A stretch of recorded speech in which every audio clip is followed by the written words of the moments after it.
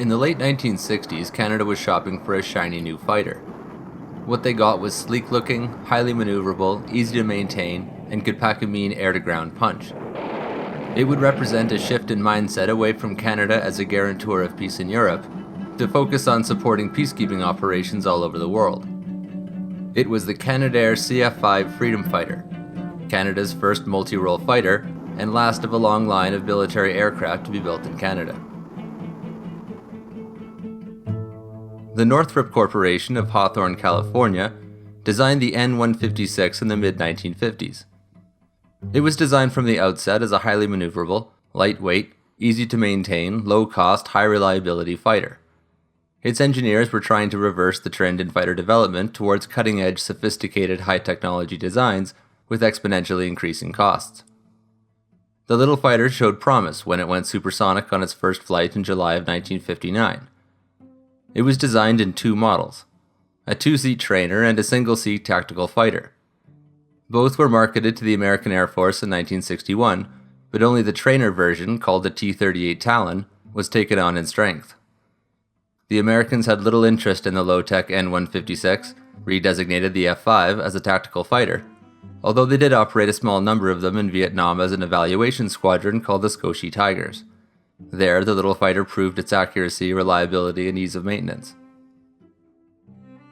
It was recommended that it be made available for export to less well-developed countries through the Military Assistance Program.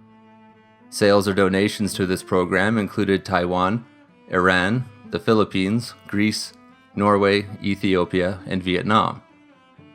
It was during this flurry of sale that Canada entered the story. At the time, Canada had an extensive and high-tech aircraft industry that was in sharp contrast to the other countries that operated the little fighter. Many wondered what motivated Canada to move in such a direction. The acquisition of the CF-5 represents the final stages in the evolution of Canadian air power from a large offensive force to a mobile defensive force. The evolution of air power followed the evolution of Canadian foreign policy. In the 1950s, Canada committed itself to the defense of Europe. The idea was that peace in Europe meant security at home.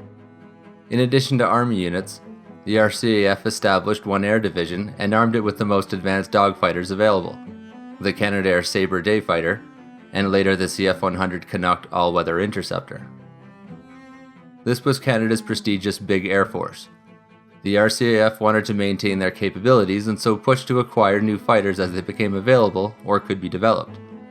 This led to the Avro Aero project, but that's a story for another time. One name comes up again and again when it comes to the CF-5, Paul Hellyer. He was a former Northrop engineer turned career politician who in 1963 became Minister of National Defense in the Liberal cabinet of Lester B. Pearson. He had previously been a vocal critic of the conservative Diefenbaker government from which they took power. That government had cancelled the Aero and committed the country to the nuclear role by acquiring the CF-104 and CF-101. Hellyer's current government then made a campaign promise to officially adopt the weapons and put them into service. These decisions went completely against his vision for how Canadian armed forces should be used. Hellyer was a believer in the Air Force as set out in the 1961 Carpenter Report and reinforced by the 1964 Defense White Paper Report. Their goal was to better align the RCAF's capabilities with Canada's foreign policy and the economic realities of the 1960s. The reports overthrew the recent acquisitions that were made. It outlined that the CF-104 squadrons in Europe would not be replaced, and so their strength would be left to diminish through attrition. Their offensive tactical nuclear weapons, however, would be relinquished as soon as possible. CF-101 squadrons in Canada would remain in their roles for the life of the aircraft. The Beaumark squadrons would be kept as long as they remained an integral part of NORAD. The report also heavily emphasized the mobile force concept. This involved concentrating on building up air transport capabilities and the acquisition of a high-performance aircraft capable of reconnaissance and ground attack in support of the Canadian Army. That same aircraft would eventually be responsible for the air defense of Canada as well. Hellyer was committed to eliminating Canada's nuclear role in order to, quote, build up conventional forces that included strategic sea and airlift capability in order to provide them with maximum flexibility and mobility.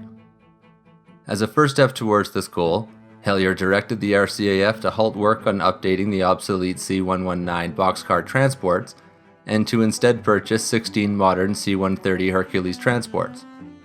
Hellyer was concerned that RCAF officials were still focused on acquiring a modern fighter at the expense of strategic air mobility. Case in point was the RCAF's push to acquire the multi-role McDonnell Douglas F-4 Phantom II. It was first considered as a replacement for the Sabre and Canuck, but was dropped in favor of developing the CF-105 Arrow. After the cancellation of the Arrow and the adoption of the CF-104 Starfighter as a nuclear strike bomber, and the CF-101 Voodoo as a long-range interceptor, the RCAF was once again looking for a shiny new fighter. They still preferred the F-4 Phantom II as their next fighter. Its multi-role capabilities made it a successor to both the CF-101 Voodoo in the air defense role and the CF-104 Starfighter in the nuclear strike role. The performance of the F-4 is without question, but its high cost made it prohibitive to Canadian procurement officials. They were focused on ensuring that as much manufacturing as possible was done in Canada. Luckily, at the same time, the British Navy was looking at the Phantom as a fleet defense fighter for their aircraft carriers, and were willing to commit to a joint production contract with Canada. The deal would see Canada produce the airframes, and Rolls-Royce produce the spray engines in England. However, even with domestic production, the F-4 was simply too expensive. The RCAF was committed to procuring 9 de Havilland Canada DHC-4 Caribou transport aircraft to support the UN mission in the Congo. This, in addition to paying off their new CF-104 and CF-101 fleets, effectively dried up any funding for the Phantom. If the RCAF was going to acquire a new fighter, a cheaper alternative was needed. The new fighter was now supposed to supplement the existing fleet instead of replacing it. Priorities for the new fighter would be air superiority, close air support and interdiction with conventional weapons, and reconnaissance. There were many different aircraft competing for the contract. Under consideration were the McDonnell Douglas A-4E Skyhawk, the Grumman A-6 Intruder, the Vought A-7A Corsair, and the Northrop F-5 Freedom Fighter. The Canadian Navy was also interested in the A-4 Skyhawk for HCMS Bonaventure.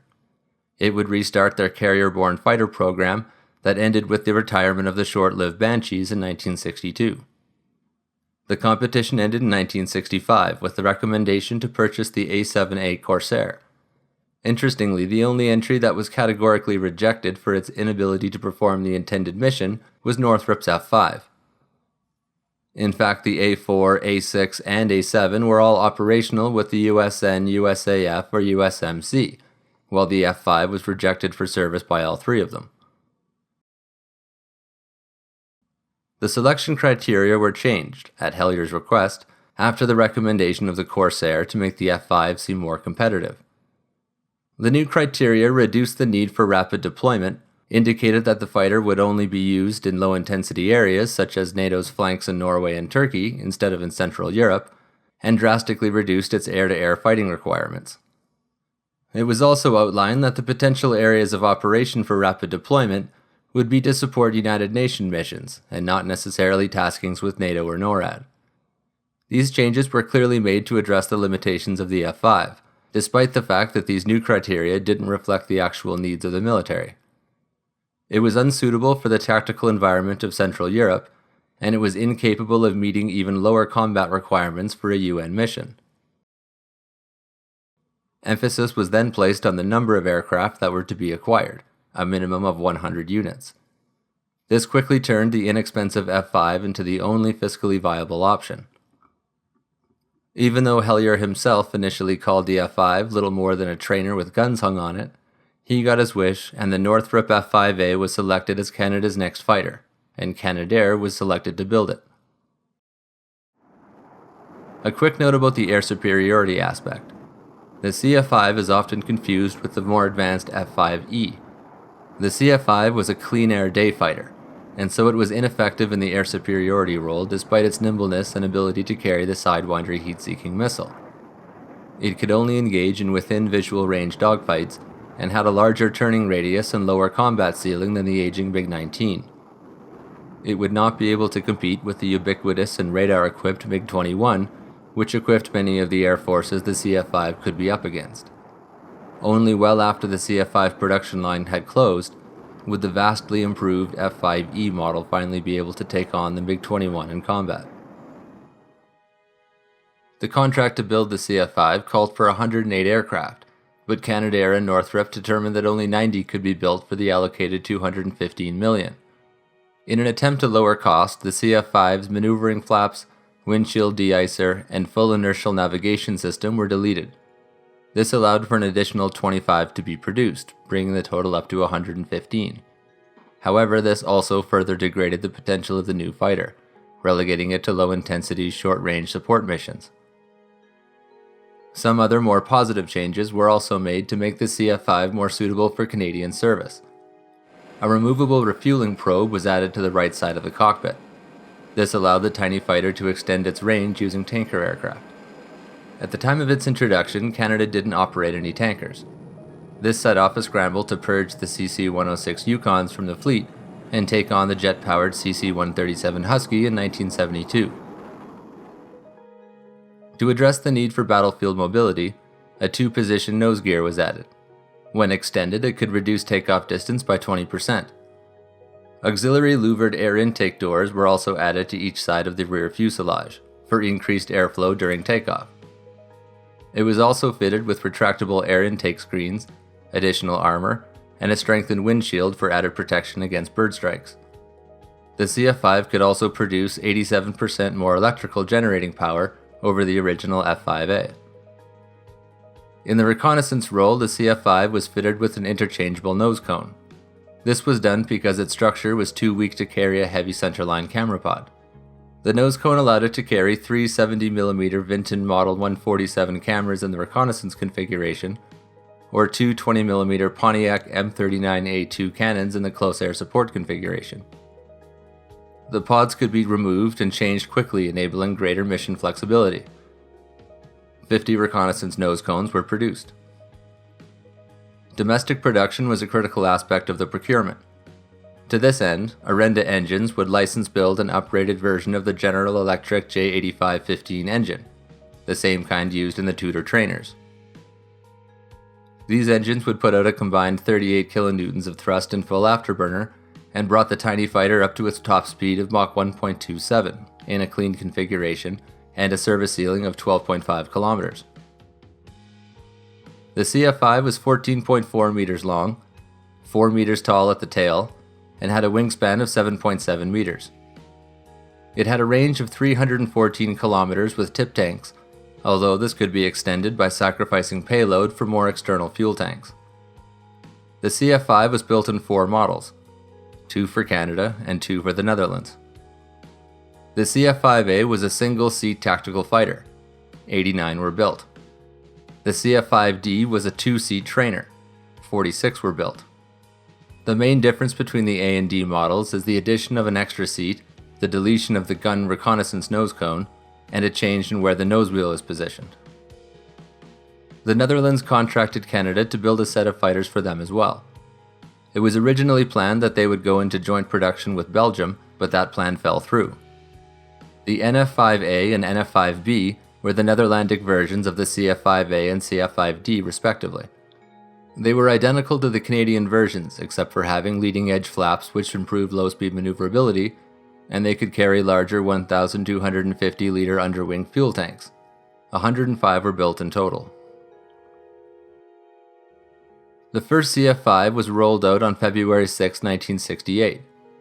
It was flown from Cartierville to Edwards Air Force Base in California on a C-130. Its first flight was there on May 6, 1968. The first 2-seat variant flew on August 28th of the same year from Cartierville. By the end of 1968, there were 10 CF-5s in service. By March of the following year, there were 15, and Canadair was putting out 7 aircraft per month. The official designation of the new fighter was CF-116 Freedom Fighter, but it almost always went by its popular name, the CF-5. In response to the 1964 White Paper, and as part of his plan to streamline and reinvent Canada's military, Hellyer introduced his most controversial reform. All three service branches would be combined into one unified command called the Canadian Armed Forces. This was a deeply unpopular move. It was done to save money and streamline the chain of command, however it can be argued that it failed at both of these points. By the end of 1968, the process was complete and the Canadian Armed Forces was established. The initial CF-5 deliveries were to the Aerospace Engineering and Test Establishment in Cold Lake, Alberta, for evaluation and training. Shortly after that, the Liberal government of Pierre Trudeau came to power. As part of their cost-cutting strategy, funding to the armed forces was cut even further. Now, instead of 4 CF-5 squadrons, there would be only 2. This resulted in a reduction in the number of operational aircraft from the planned 118 to just 54. Despite this, Canadair would complete their contract to build 118 aircraft, most of which ended up being put directly into storage. These unused CF-5s would be cycled through operational squadrons to keep flight hours low on the airframes. The CF-5 was first introduced to 434 Blue Nose Squadron in 1968. They completed their initial training in the United States and then moved to Cold Lake in November 1968, where they took up the role of operational training for the new type. The second squadron, 433 Porcupine, formed at Cold Lake the next year and received their first CF-5s in August of 1969. Both squadrons were moved to their permanent base in Bagotville, Quebec after their initial training.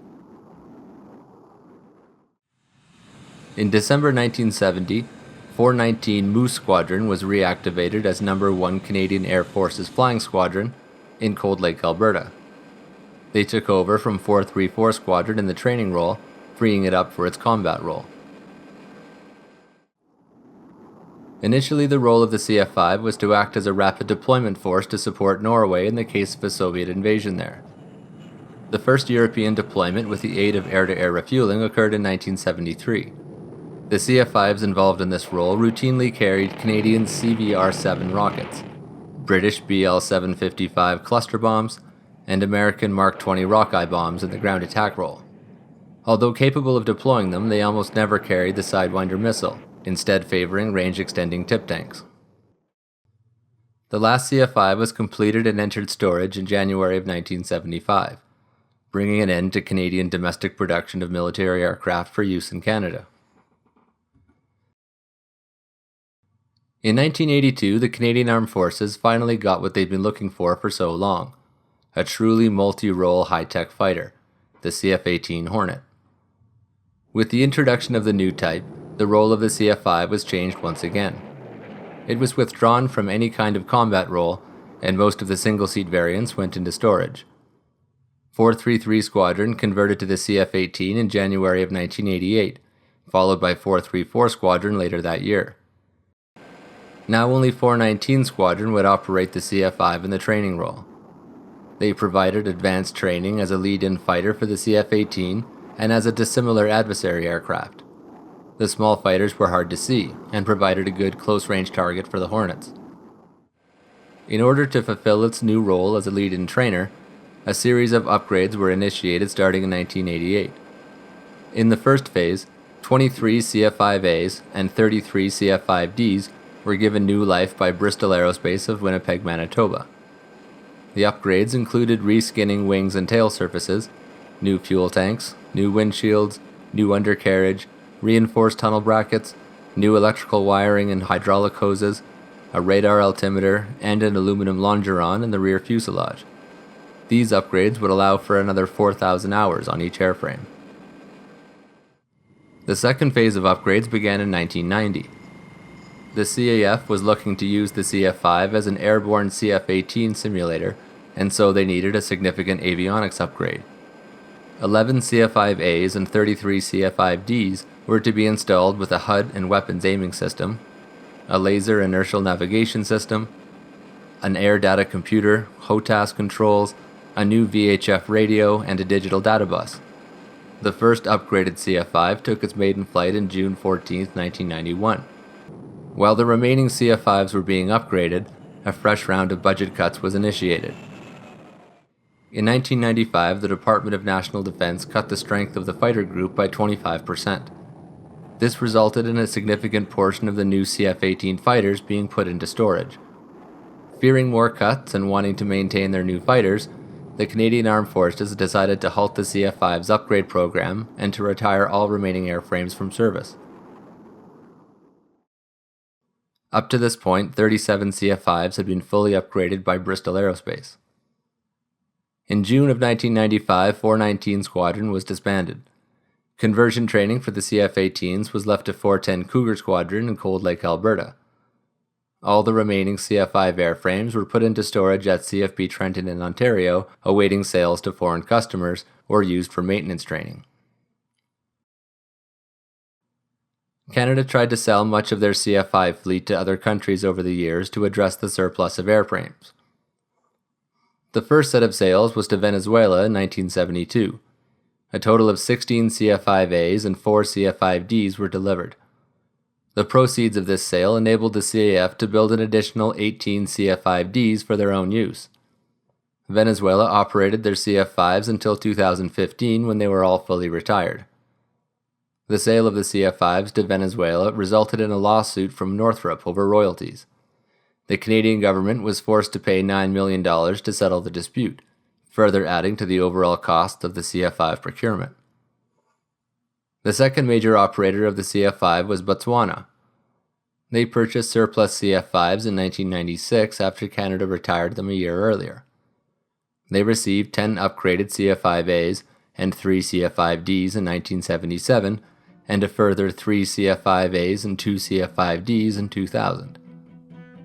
Bristol Aerospace continues to provide technical support, and today Botswana is the sole operator of the type left anywhere in the world. During its service with the Canadian Armed Forces, there were 23 accidents that resulted in the loss of an airframe. 17 CF-5As and 6 CF-5Ds crashed, a loss of 20% of the fleet. Tragically, 12 pilots were lost in these crashes. Despite these losses, the safety record of the CF-5 was said to be fairly good as compared with other types. The CF-5 was a cool-looking little plane with big ambitions. Although Canada had not acquired the high-performance aircraft the RCAF had wanted, Canadian pilots did the best with what they had.